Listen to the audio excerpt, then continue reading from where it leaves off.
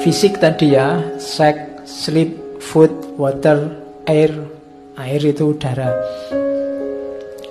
Awas keliru. Iya. Nanti kamu protes, Pak, sudah ada water kok masih ada air, Pak. Ya.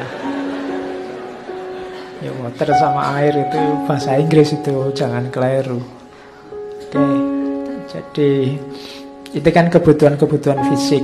Itu saya cuplik tadi sedikit. Ada kasus tim rugby Amerika Selatan yang pesawatnya jatuh tahun 70. Nanti beberapa yang selamat itu kan dia terasing, terpencil, nggak ada siapa-siapa, nggak bisa makan. Akhirnya kan ya makan dagingnya temennya.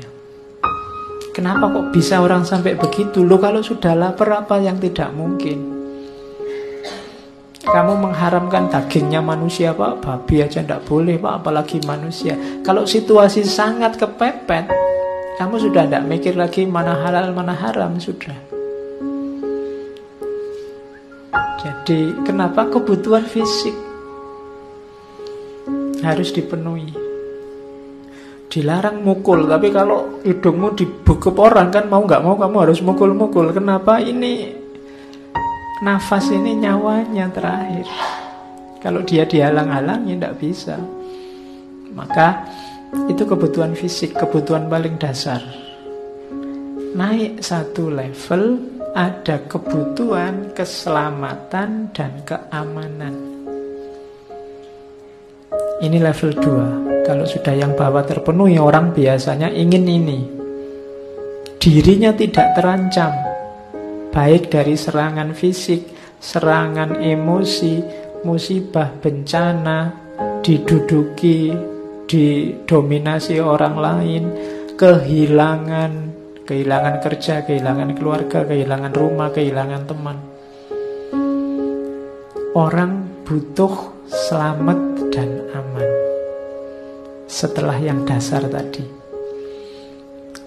orang yang tidak aman, tidak nyaman, selalu ketakutan, ya biasanya nanti energinya terkuras ke sana semua. Baik untuk fight atau untuk flight. Fight itu melawan, flight itu lari. Kalau kamu merasa tidak aman kan alternatifnya 2, melawan atau lari. Dan energimu akan terfokus ke situ semua. Misalnya kamu ditakut-takuti orang, itu kan alternatifnya 2. Kalau yang nakut-nakuti tinggi, besar, gagah, ya kamu milih lari. Tapi kalau yang nakut-nakuti kecil, krempeng, kurus, jauh lebih kecil dari kamu, kan kamu milih melawan.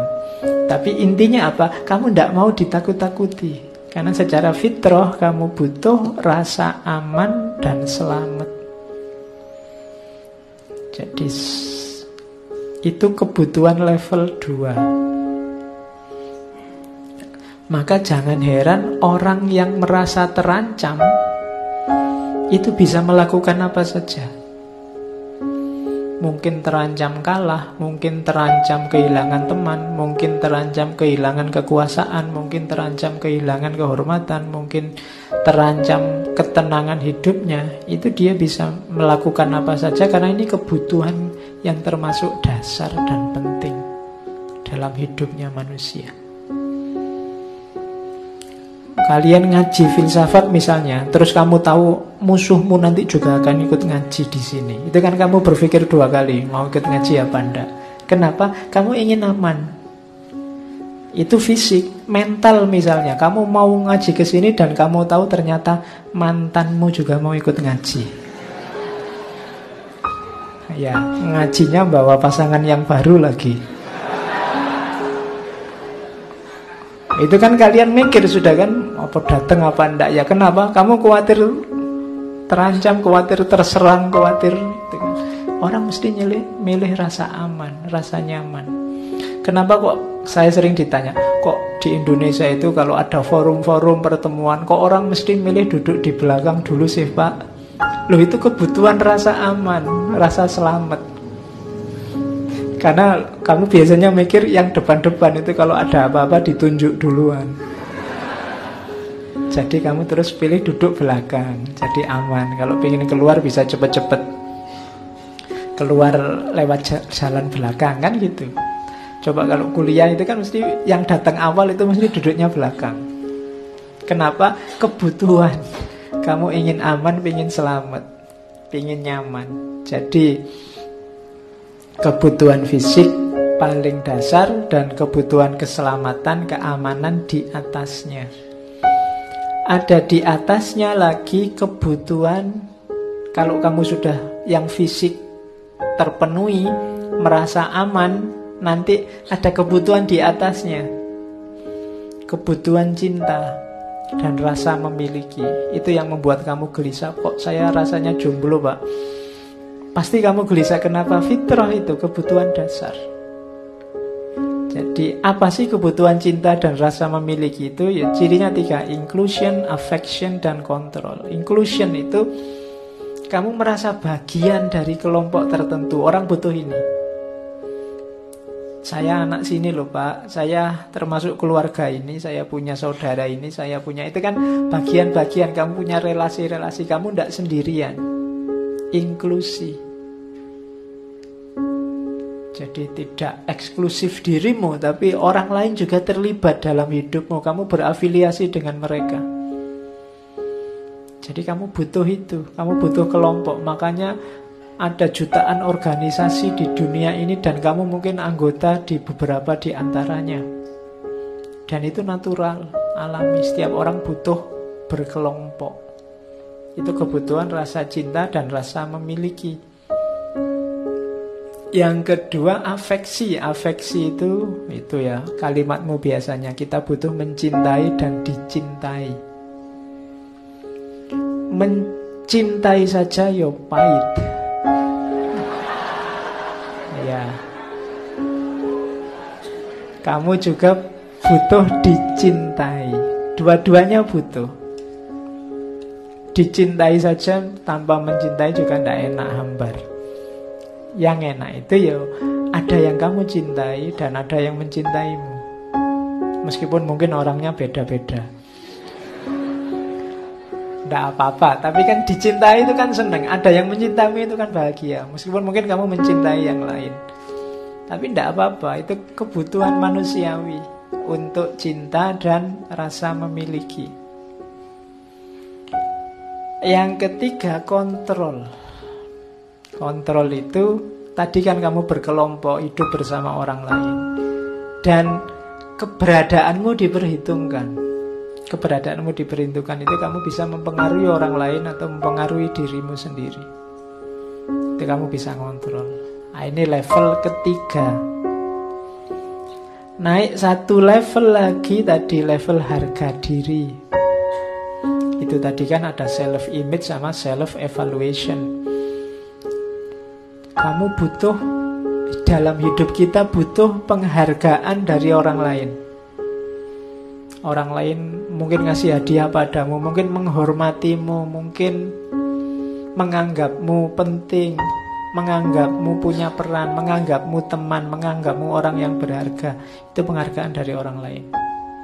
Kamu datang tidak dicueki, itu kan kamu dihargai. Keberadaanmu diperhitungkan, itu kebutuhan. Itu namanya harga diri. Atau penghargaanmu pada dirimu sendiri. Kamu merasa saya jelek-jelek ini bisa loh Pak kalau cuma ini itu. Nah itu berarti kamu menghargai dirimu sendiri. Kamu punya kemampuan. Jadi kalau urusan ilmu mungkin saya agak lambat Pak. Tapi urusan main game misalnya, oh saya jagonya. Kalau Bapak berani nantang saya, ayo. Saya mampu di situ loh. Paling tidak kan kamu punya penghargaan. Ada keterampilan, ada keahlian yang bisa kamu banggakan. Itu alamat kamu punya harga diri. Gitu loh.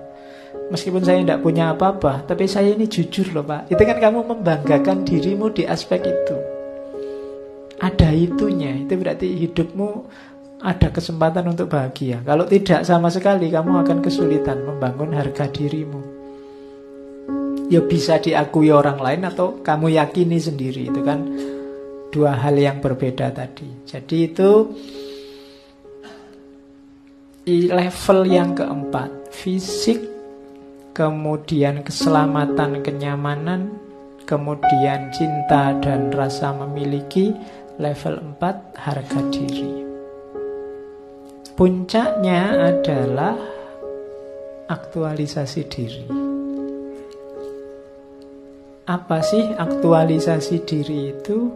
What a man can be, he must be. This we call self-actualization. Apa yang bisa kamu lakukan, apa yang seseorang bisa lakukan, harus dia lakukan.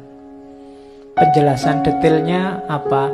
A musician must make music, an artist must paint, a poet must write, if he is to be ultimately at peace with himself.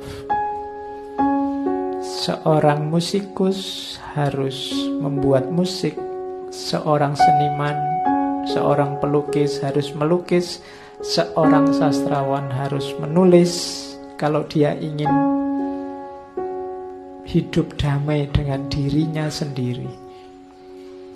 Kalau kamu mahasiswa ya belajar, kalau kamu pedagang ya berdagang, kalau kamu petani ya bertani. Itu kalau kamu ingin hidup nyaman. Itu gambarannya self-actualization.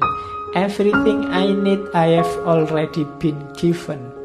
Dan jangan takut, apapun yang kamu butuhkan, kamu sudah punya modalnya. Ingin jadi petani, kamu bisa punya potensi itu. Ingin jadi sarjana, kamu bisa punya potensi untuk itu. Ingin jadi sastrawan, kamu bisa punya potensi untuk itu. Kamu paket lengkap. Wujudkan sesuai, kalau pakai bahasa hari ini, sesuai passionmu. Jadi, what a man can